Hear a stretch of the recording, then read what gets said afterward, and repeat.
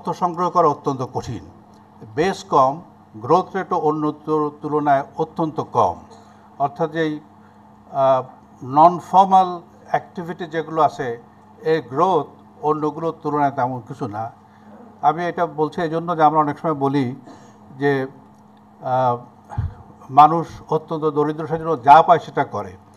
এই তথ্য থেকে মনে হয় না যে যা পায় তাই করে, ভালো কাজই করে। সেই ভালো কাজটা হয়তো আরও ভালো হতে পারতো, আরও ভালো হবে, কিন্তু এখন যেটা আছে সেটাও খুব খারাপ নয়। আমি যখন এই ব্যুরো অফ স্ট্যাটিস্টিক্স চাকরি করি ওদের অনেক সময় বলেছি যে এই যে পরিসংখ্যান আমরা সংগ্রহ করি, ব্যুরো সংগ্রহ করে, তোমরা কিছু অ্যানালিসিস করো না কেন? ওরা আমাকে সবাই সবাই বলতো যে যদি অ্যানালিসিস করি তাহলে আমাদের একটা বায়াস সৃষ্টি হবে, যে অ্যানালিসিসের যে কনক্লুশন আমরা তখন স্ট্যাটিস্টিক্সে টেইলর করব ওই কনক্লুশনের সাথে যাতে ফিট করে সেই জন্য।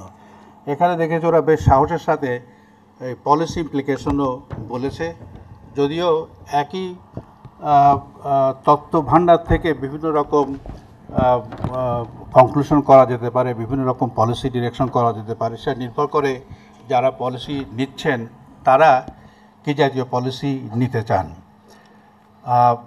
আর দুটি বা তিনটি মন্তব্য করে আমি শেষ করব। একটা হলো যে এখানে এমপ্লয়মেন্ট সম্পর্কে, ইনফর্মাল সেক্টর সম্পর্কে এই পলিসি ইমপ্লিকেশনসে কিছু মন্তব্য আছে। এর আগে লেবার ফোর্স সার্ভের মডেল হিসেবে ইনফর্মাল সেক্টরটা সার্ভে করেছিল, সেখানে ইনফর্মাল সেক্টরের তথ্য অনেক বেশি আছে। ইনফর্মাল সেক্টর সম্পর্কে আমরা যদি কিছু বলি, যেহেতু ওইখানে খুব সুস্পষ্ট তথ্য আছে ওই সেক্টরের, ওইখানে বোধহয় দেখা উচিত। এখানে যদি তার কোনো ইমপ্লিকেশন থাকে দুটো মিলিয়ে দেখা যেতে পারে, না হলে এখানে শুধু স্পেকুলেটিভলি বলা যে ইনফর্মাল সেক্টরে এই রকম অবস্থা আছে, এটা বোধহয় একটু ইমাজিনেটিভ হয়ে যায়। আর আউটপুট এখানে নাই। আমার ধারণা ওদের যে মূল রিপোর্ট এবং মূল তথ্য যেখানে, সেখানে আউটপুটের তথ্য আছে। আর এটা প্রেজেন্টেশন সম্পর্কে আমার একটি মাত্র মন্তব্য, সে হলো যে এই রোমান 17-তে বা 18-তে এই ম্যাপে দেওয়া আছে যে কোন বিভাগে বেশি কোন বিভাগে কম আছে ইত্যাদি।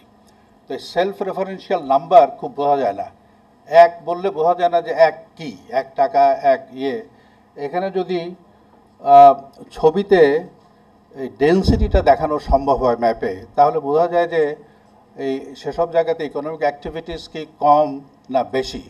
যদি পপুলেশনের সঙ্গে রিলেট করা যায় তাহলে বোঝা যায় যে ইকোনমিক অ্যাক্টিভিটিস সেখানে কম না বেশি। তার থেকেও মোটামুটি একটা ধারণা করা যেতে পারে যে স্পেসে distribution over the space economic activities কেমন আছে, এটা বোঝা যেতে পারে। আমি সবশেষে মনে করি যে বলবো যে ব্যুরো অফ স্ট্যাটিস্টিক্স অত্যন্ত ভালো কাজ করেছে, সেজন্য ওরা প্রশংসার পাত্র। যারা এর বিশ্লেষণ করবেন অর্থনীতি বা অন্য যে কোনো দৃষ্টিভঙ্গি থেকে, তারা এগুলোকে অন্যান্য ভেরিয়েবলসের সাথে মিলিয়ে দেখতে পারেন। ডক্টর সামাদ যেটা বলেছে যে লিঙ্কেজেস কী আছে, কারণ লিঙ্কেজ যদি আমরা বুঝি তাহলে যে কোনো সময় এর একটি সেক্টরের তথ্য থেকে আমরা হয়তো কিছু প্রজেকশন, কিছু এস্টিমেশন, কিছু ইনফারেন্স করতে পারি।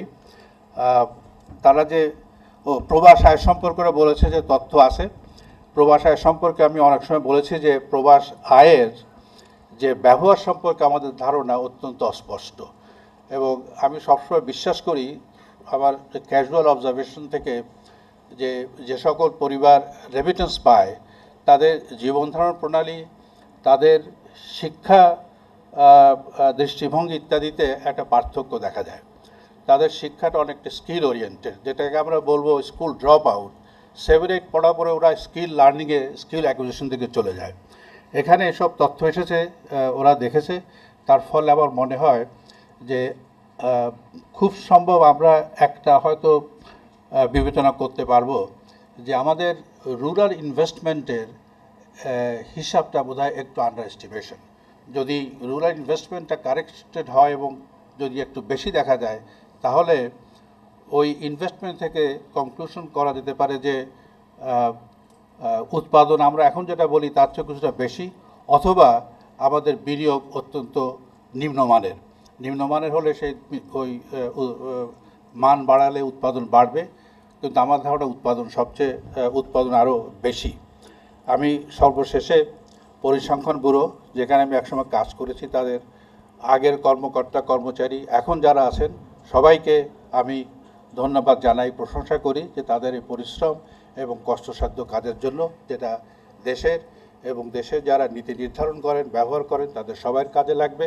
আমার কথা শুনবার জন্য আপনাদের সবাইকে ধন্যবাদ। জ্ঞানগর্ভ বিশ্লেষণধর্মী মূল্যবান বক্তব্যের জন্য স্যারকে আন্তরিক ধন্যবাদ। সম্মানিত অতিথিবৃন্দ, এবারে বিশেষ অতিথি হিসাবে আমাদের মাঝে বক্তব্য রাখবেন গণপ্রজাতন্ত্রী বাংলাদেশ সরকারের মাননীয় শিল্পমন্ত্রী জনাব দিলীপ বড়ুয়া। আমি মাননীয় মন্ত্রী মহোদয়কে তাঁর বক্তব্য প্রদানের জন্য সবিনয় অনুরোধ জানাচ্ছি।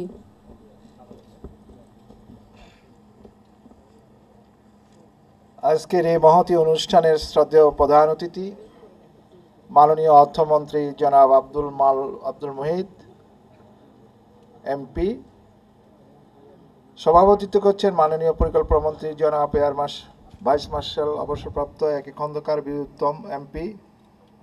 বিশেষ অতিথি হিসাবে উপস্থিত আছেন মাননীয় প্রধানমন্ত্রীর অর্থনৈতিক উপদেষ্টা এবং বরেণ্য অর্থনীতিবিদ ডক্টর মশিউর রহমান, বিনিয়োগ বোর্ডের সম্মানিত নির্বাহী পরিচালক ডক্টর সৈয়দ আব্দুল সামাদ,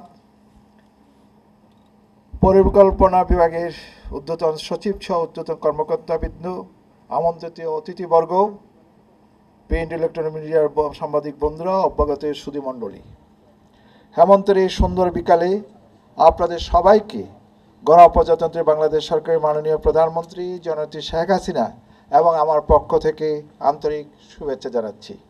অর্থনৈতিক সুমারি 2013 এর প্রিলিমিনারি রিপোর্টের প্রাথমিক প্রতিবেদনের প্রকাশনা অনুষ্ঠানে উপস্থিত হতে পেরে আমি আনন্দিত। 4 মাস আগে অর্থনৈতিক সুমারি 2013 এর মূল গণনা কার্যক্রম শেষ হয়েছিল। মাত্র 4 মাসের ব্যবধানে এর প্রাথমিক প্রতিবেদন প্রকাশ সংশ্লিষ্ট প্রতিষ্ঠানের পেশাদারিত্বের প্রমাণ।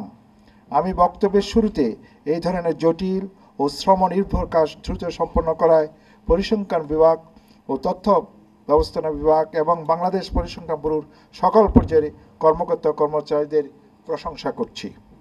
সুধীমণ্ডলী, বিশ্বায়নের বর্তমান যুগে পৃথিবী জুড়ে তথ্য ভিত্তিক উন্নয়ন কর্মকাণ্ড পরিচালিত হচ্ছে।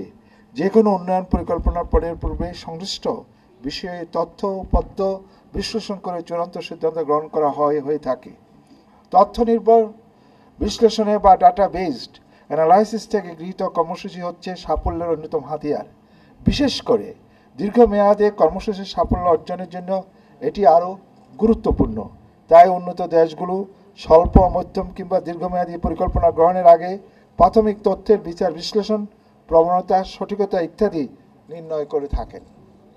উন্নয়ন বিবেচনায় বাংলাদেশ এখনও শিল্পোন্নত দেশগুলো থেকে অনেক পিছিয়ে, কিন্তু এর বিভিন্ন অর্থনৈতিক সূচক ও উন্নয়নের ধারা বিশ্লেষণ করলে বোঝা যায় এই দেশ অর্থনৈতিক উন্নয়নের জন্য অত্যন্ত সম্ভাবনাময়। এটি শুধু আমাদের কথার কথা নয়, ইতিমধ্যে বিশ্বের অনেক নামিদামি উন্নয়ন গবেষণা প্রতিষ্ঠান এই বিষয়ে তাদের সুস্পষ্ট মতামত ব্যক্ত করেছেন। গোল্ডম্যান সার্চ বাংলাদেশকে বিশ্বের উন্নয়ন সম্ভাবনাময় 11টি রাষ্ট্র অর্থাৎ নেক্সট 11 এর আওতাভুক্ত করেছেন। জেপি মর্গান বাংলাদেশকে বিশ্বের 5টি প্রতিশ্রুতিশীল রাষ্ট্রের অন্যতম ফ্রন্টিয়ার 5 এর তালিকাভুক্ত করেছে। এছাড়া আন্তর্জাতিক খ্যাতিসম্পন্ন রেটিং প্রতিষ্ঠান স্ট্যান্ডার্ড অ্যান্ড পুর এবং মোদি বাংলাদেশের অর্থনৈতিক উন্নয়নের ধারাকে দক্ষিণ পূর্ব এশিয়ার একমাত্র ভারত ছাড়া সকল দেশের মধ্যে অগ্রগামী হিসাবে স্বীকৃতি দিয়েছে। মাননীয় প্রধানমন্ত্রী জননেত্রী শেখ হাসিনার নেতৃত্বে মহাজোট সরকার গৃহীত আর্থিক নীতির ফলে বাংলাদেশ গত 5 বছরে গড়ে 6.18% প্রবৃদ্ধি অর্জন করেছে। এর ফলে জনগণের ভাগ্যের পরিবর্তন হয়েছে। তাদের মাথাপিছু আয় $630 থেকে বেড়ে $1044 উন্নীত হয়েছে।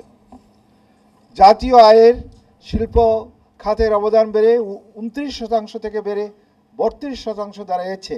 মোট দেশজ উৎপাদনতে ক্ষুদ্র মাঝারি শিল্প খাতের অবদান ইতিমধ্যে প্রায় 25% পৌঁছেছে।